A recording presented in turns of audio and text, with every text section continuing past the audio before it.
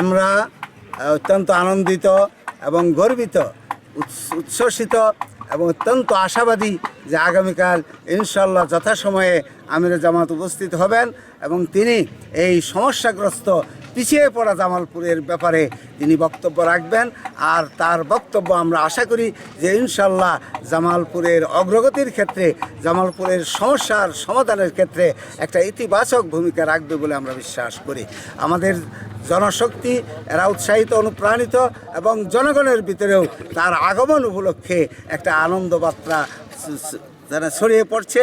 জনগণ প্রত্যাশা করছে যে তার যে ইমেজ তৈরি হয়েছে এই মিডিয়ার মাধ্যমে, তার যে পরিস্থিতি গড়ে উঠছে সারা দেশব্যাপী, এজন্য জামালপুরের জনগণ এর থেকে বাইরে না, তাদের সবার মধ্যেই তার এই মিডিয়ার কারণে তাদের সবার মধ্যে তার একটা সুন্দর ইমেজ, একটা সুন্দর প্রভাব, সুন্দর আশা তাদের ভিতরে সৃষ্টি হয়েছে।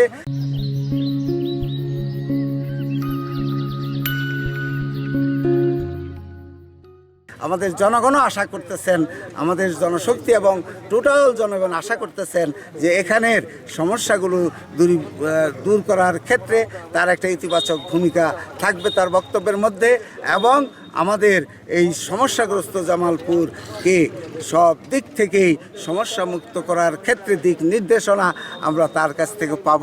এতে আমাদের জনশক্তি এবং জনগণ অনুপ্রাণিত হবে এবং আগামীতে তারা আরও উৎসাহের সাথে দেশ গড়ার ক্ষেত্রে, দেশে একটা ইতিবাচক পরিবর্তনের ক্ষেত্রে আগামী বাংলাদেশকে দুর্নীতিমুক্ত এবং সমস্যা মুক্ত, চাঁদাবাজ মুক্ত জামালপুর হিসেবে গড়ে তোলার ক্ষেত্রে জনগণ স্বতঃস্ফূর্তভাবে এগিয়ে আসবেন বলে আমরা বিশ্বাস করি।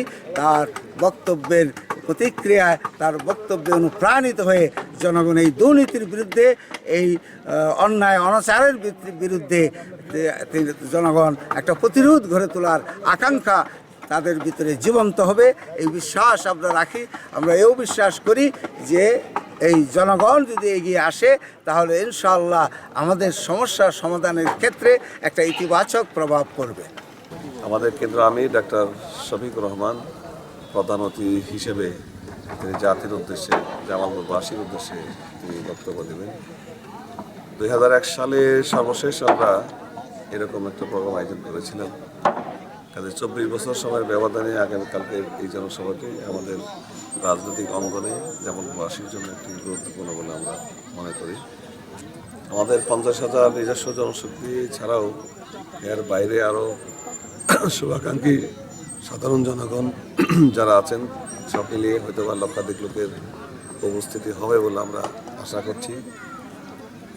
সর্বসমের প্রস্তুতির আমরা ইতিমধ্যেই শুরু করেছি গতকাল সন্ধ্যার পর থেকেই, এবং আজকে সন্ধ্যার মধ্যে আশা করছি আমাদের যাবতীয় প্রস্তুতির কাজ সম্পন্ন হবে।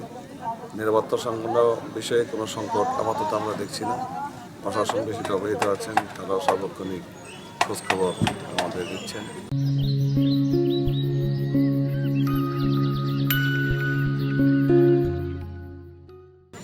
তো সব মিলিয়ে আমরা জামালপুরের রাজনৈতিক অঙ্গনে আমরা মনে করি এটা একটি নতুন বার্তা তিনি দেবেন, এবং আমাদের জামালপুরবাসীর জীবনমান উন্নয়ন, আত্মপ্রকাশ সংস্থানমূলক যে বিষয়গুলো এবং যোগাযোগের ক্ষেত্রে যে সংকটগুলো আছে, আমরা আমাদের জামালপুরস্থ যে বিষয়গুলো আছে আমরা দাবি আকারে আমরা তার সাথে উত্থাপন করব, তার দৃষ্টিতে নিয়ে আসবো।